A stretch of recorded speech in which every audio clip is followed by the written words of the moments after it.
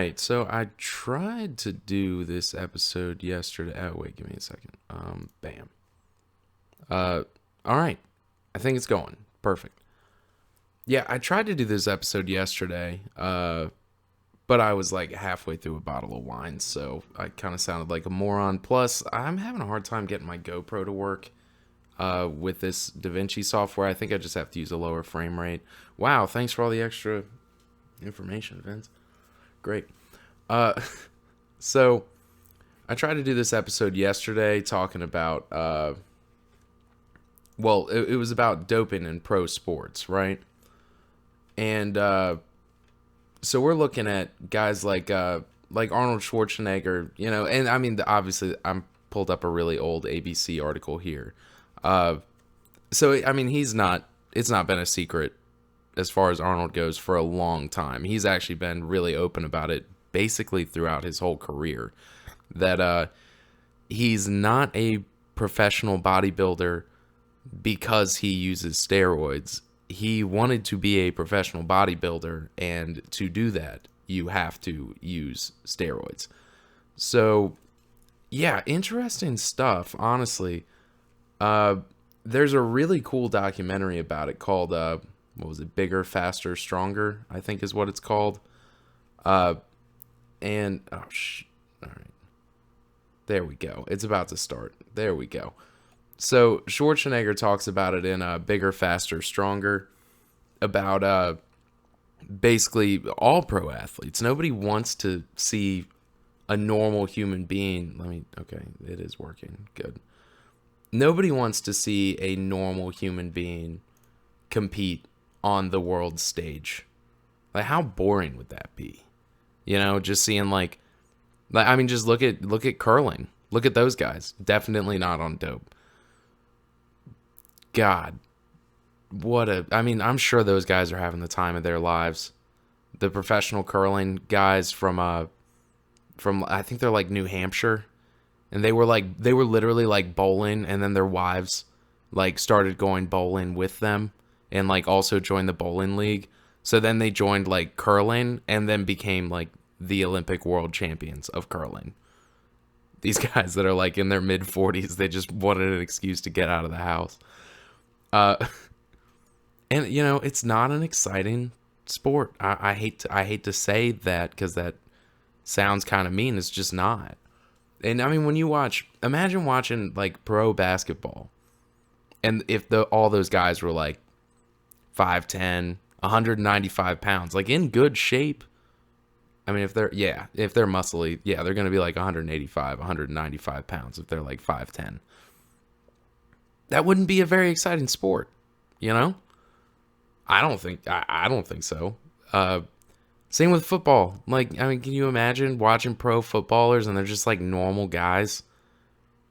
That would suck. And so this documentary, Bigger, Faster, Stronger, they talk about it a lot. And so does Schwarzenegger. Again, I know Palmer's going to make fun of me for pronouncing his name wrong, amongst a number of other things. But yeah, he talks about, basically that's how you become a pro. That's how you become a pro in the bodybuilding world.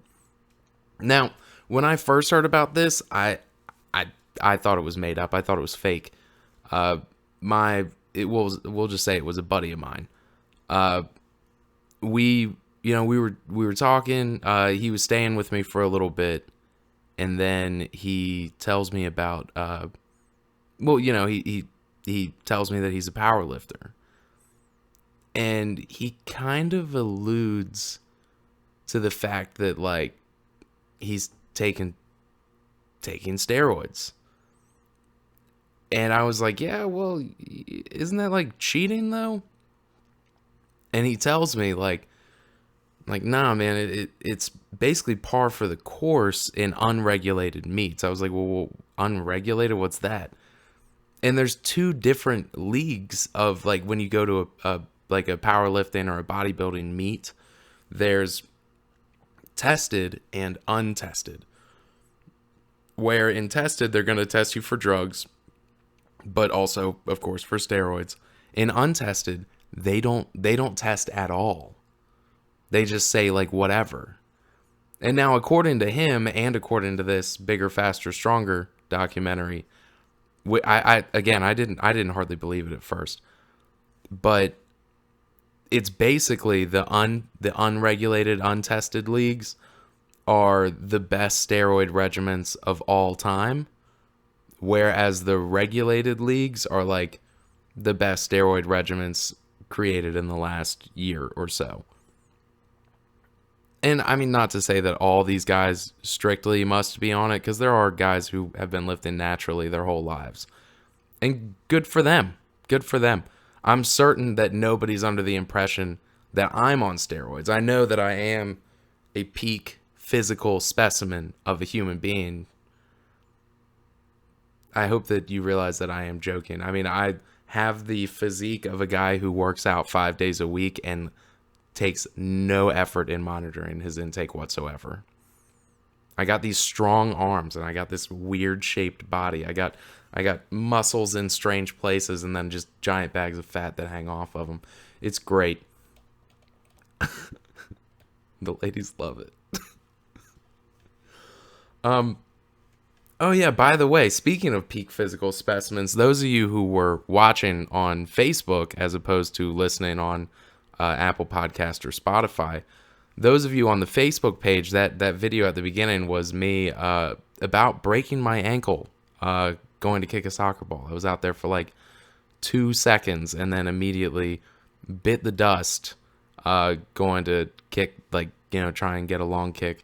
And so there you go. There should definitely be, there should be no indication whatsoever that I'm on performance enhancing drugs. If anything, you guys probably think the opposite, like that I am on some kind of drug that lowers your physical ability. It makes you more awkward in the way that you move. If that was a thing, people would think I was on it. I'd be getting drug tested left and right. It's not. I have achieved this state naturally. Okay, so Lance Armstrong, right? I brought up this article too. Also a pretty old article. This was an interesting one. I think he was on Rogan talking about it, which was how I first found out about it. But when Lance won that Tour de France the first time, the one where they retroactively said that he wasn't the champion, right? Because he was caught doping later in his career. The only problem is the number 2 guy was also caught doping later in his career. And so was the number 3 guy, the 4 guy, the 5 guy, all the way down to like 19 in that race. That, like, if you were to retroactively give the title to someone else, you'd have to give it to the guy who came in 20th place. And according to this Business Insider article, it was 87% of the top 10 finishers, because also remember, the top 10 finishers isn't just going to be 10 guys, because there's different legs to the race. So out of 70 guys, 61 were confirmed dopers or highly suspected, like, i.e. they were caught later in their career doping. And the truth is, that's just how it is. You guys remember in professional baseball, they caught, I think it was A-Rod got caught juicing. And then, like, immediately afterwards, so did Manny Ramirez and David Ortiz, which I don't care what you say. Those guys were also great home run hitters. They were awesome. I was a huge Red Sox fan until they all got busted all at the same time. And then Johnny Damon goes over to the Yankees. Freaking turns out Roger Clemson, my childhood hero, he was doping too. And obviously I was not a bright 12-year-old because this man was 45 years old still playing professional sports. And I was surprised to find out that he was using drugs to get there. So, that's a little bit about me. But yeah, it came as no surprise. Also, if you've never seen the documentary Screwball, it's on Netflix now. It's the same guy who made the Cocaine Cowboys documentary, which mixed reviews. Honestly, I don't care about cocaine documentaries. I really don't care. Like, people get excited over it because of drug culture stuff. I think, you know what? Now I just sound like an asshole. I'm sorry. So Yeah, if you haven't seen Screwball, yeah, you should watch it, or if not, spoiler alert, the whole thing plays out like a Tarantino movie. The best part is, though, that it's real life. Basically, this cocaine-addled doctor in Miami who runs like a sports medicine clinic, so he just prescribes steroids to people, I guess. He's buying these steroids from this Guido, and I mean that term with all due respect. This guy looked like the Jersey Shore crew. Like, he'd fit right in. He's tanning on rooftops. He's taking roids and hitting the gym like every day. This dude's like a total meathead. And the meathead is selling steroids to the doctor. And the doctor just is so sick of dealing with this dude that he's in the hole with him for like $3,000, and he just tells him, yeah, I'm not gonna give you your money back.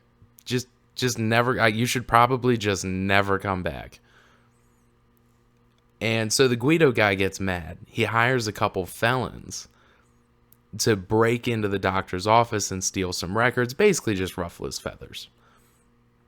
And while the felons are breaking into the doctor's office, they find in some of the paperwork Alex Rodriguez.